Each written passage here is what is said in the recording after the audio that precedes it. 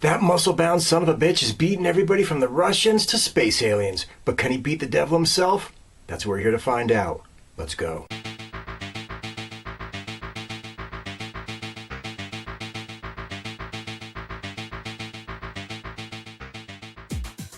Okay, everybody, today we're taking a look back at 1999's End of Days, a semi-forgotten, somewhat overlooked gem from the past that just made it in under my 2,000-year cutoff limit. But before we go any further and look at this gem of a movie, as always, to the trailer.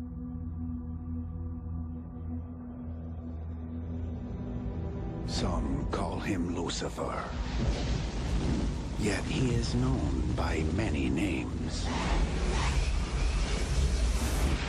Many disguises, but only one number.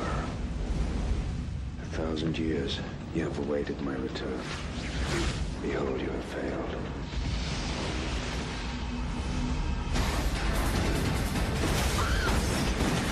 Take it easy. We're the good guys. They tried to kill me. Why? She's been chosen. Chosen for what? If the Dark Angel consummates your flesh with this human body, then he unlocks the gate of hell. The Dark Angel is loose!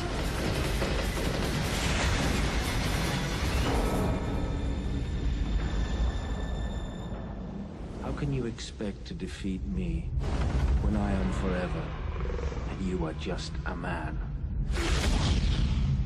Prepare for the end of days.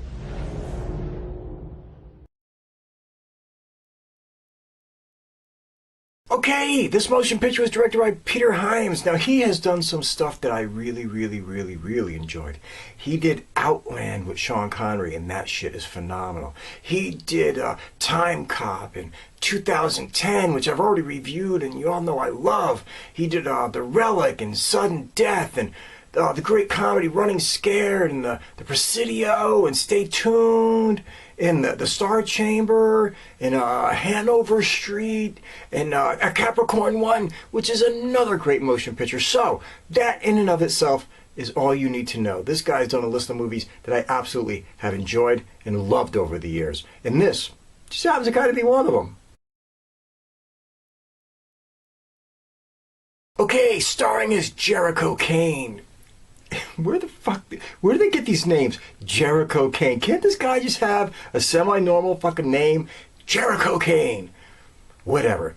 Anyway, starring as Jericho Kane is Arnold Schwarzenegger. What more needs to be said, folks? Probably the biggest star of the 80s and most of the 90s.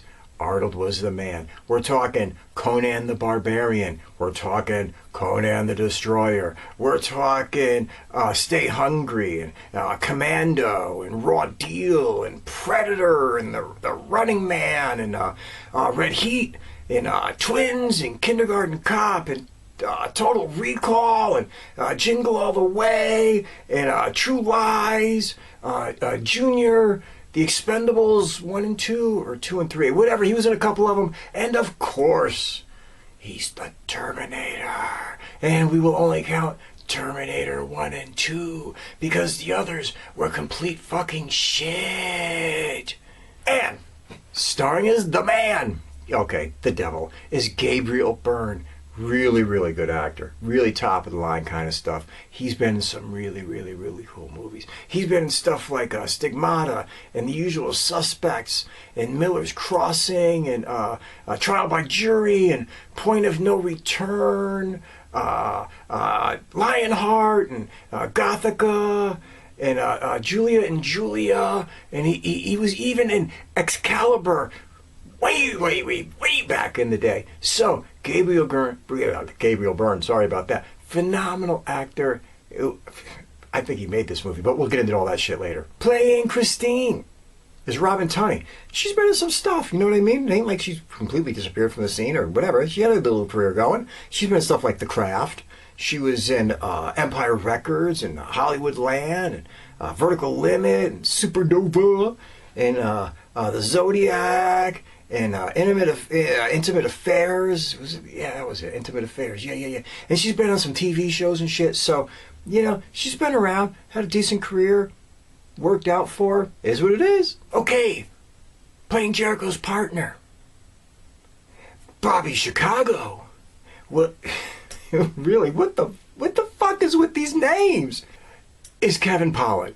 Now, Kevin Pollak's had a long career, good career, really good actor, solid dude. He's been in a bunch of good movies. He's been in stuff like The Usual Suspects and A Few Good Men and Deal of a Lifetime and Casino, Miami Rhapsody, Grumpy Old Men, Ricochet, which kind of gets forgotten, L.A. Story and Avalon and Willow. And he's on TV and stuff like Mom, and he's been on Drew Carey. So Kevin Pollak, hey man, been around, a lot of shit, good career.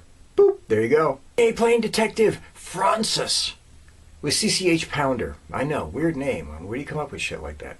I don't know. But, hey man, she's had a career. She's been in stuff like Hill Street Blues and Cagney and Lacey and Women in Prison and 227 and Miami Vice and ER and South Central and Law and Order. She was on a show I absolutely loved, Millennium, back in the day with Lance Henriksen. I fucking loved that show. That show was just the shit. And she was even on the world's worst TV show ever created, Cop Rock. If you don't remember it, God has smiled upon you. Hey, playing the head devilish priest, I don't know, I don't think he ever had a goddamn name in the movie, was Udo Kier. Now, Udo Kier has been around in a lot of movies, but he's kind of just basically known for being Udo Kier, because he's fucking creepy, and he's been in a lot of shit. There's something weird going on with that guy. I don't know what else to say. But anyway, he's been in a bunch of shit. He's been in stuff like Blade and Shadow of the Vampire and Black Widow and Dancer in the Dark and Red Letters, Barbed Wire, yeah, Barbed Wire. He was in that shitty Rob Zombie fucking remake of Halloween, which just makes me want to regurgitate. And he's been on a bunch of TV shows too. So Udo Kier, hey man, been around a long time, gotta love him, is what it is, just the way it goes. And playing Father Kovak, Rod Steiger. How do you get a bigger name than Rod Steiger? I mean, this guy's been in some legendary shit, folks. We're talking On the Waterfront.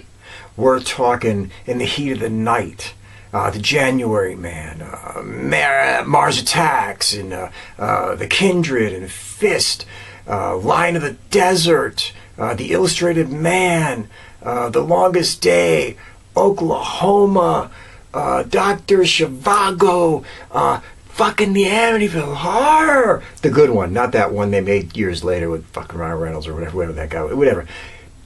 The original one with James Brolin. So, hey man, any way you cut it, Rod Steiger, legend.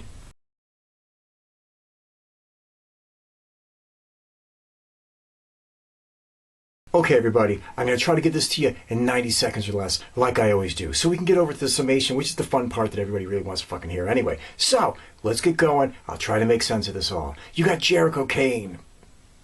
Enough with the goddamn names. Anyway, he's working for a private security firm. He used to be a cop, but his wife and his daughter were murdered. And now he's an atheist, and he's depressed, and he's always trying to kill himself. Kinda, sorta. And he's partnered with this guy, Bobby Chicago. Enough with the fucking names. And they're protecting an investment banker. But, as you'll find out early in the movie, this investment banker ain't a normal investment banker. He is possessed by Satan himself, who has showed up at a dinner party, grabbed a chick by the titty, kissed her on the mouth, blew up a building. He's killing and wiping shit out 8 seconds into this motion picture. Whew. Anyway, while they're protecting Satan, unwittingly, a priest, which you didn't know yet, tries to kill him. Why? Because he's in charge of stopping the end of days.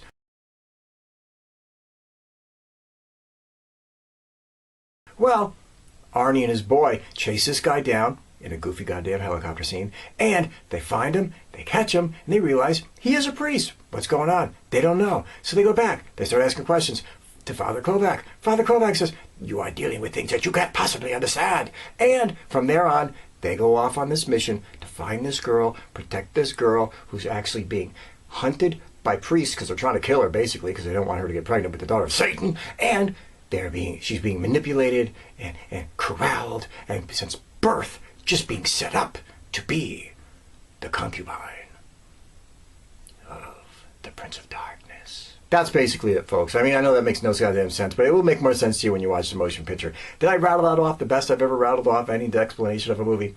Probably not. But it is what it is. Let's just get going with the summation.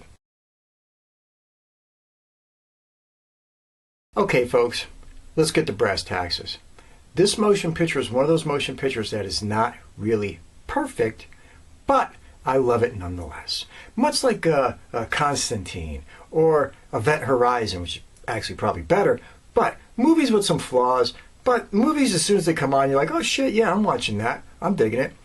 The movie is solidly directed. The movie has beautiful scenes in it. I mean, it's shot really well. It's lit really well. The score is really good. The soundtrack is really good.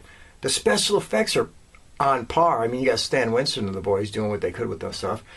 And the motion picture is just what it's supposed to be.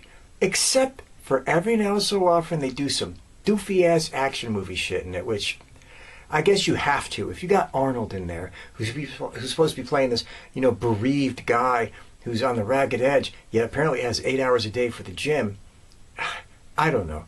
But you have to have that, I guess. It's an Arnold movie. It is what it is. What the fuck are you going to do? They're going to put it in there.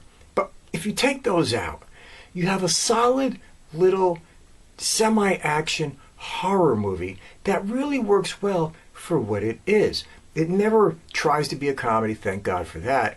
Yes, it goes sometimes too much into action doofy shit. That helicopter scene early in the movie fucking says it all. But it's still what it was meant to be. A solid little goofy Constantine level horror motion picture, I guess you want to call it. Let's face facts too. Really, the guy who makes this motion picture, in my mind, is Gabriel Byrne. He is so awesome playing the devil. From the minute he gets possessed and he walks out and he kisses that chick and he grabs the left one and he walks out of there, and you're just like, okay, this guy's on point. In the scenes when he's in the room with Arnold, trying to lure him over to his side, trying to lure him over to the side of evil and give up on protecting this girl by offering him his wife and his daughter back. He plays it so well and so expertly. I mean, the guy is just on fucking point right through it. Dazzling performance. Again, is End of Days the greatest horror movie of all time? No, because they interrupted it a little bit with action. And is it a great action movie? No, because they're trying to make it kind of a horror movie. And that's where this movie has its flaw. But if you can overlook that, you will see a well-made, well-crafted, well-put together, and even well-acted little horror action sci-fi motion picture. Anyway, folks, get out there, find it on Prime, YouTube, Red, I don't know what the fuck it is, but just look it up. End of Days. Probably one of the really good last Schwarzenegger flicks. I know he's been in other stuff like The Expendables, and he did a movie a couple of years ago about his daughter being bitten with a zombie virus. It was actually surprisingly okay. But his career really was the 80s and the 90s. And this is probably the end of what I think was his really, really, really cool run of motion pictures. After this, very hit and miss. But this is when Arnie was still Arnie. The movies being handed to him were still top-line flicks. And you could really go into it and enjoy it and take it in and overlook the stupidity because it's Arnold and he's having a rockin' time fighting the devil. What more do you need than that? Take care. See you soon as always. Be good to yourselves. Be good to others. And don't take no shit from anybody. Peace, people.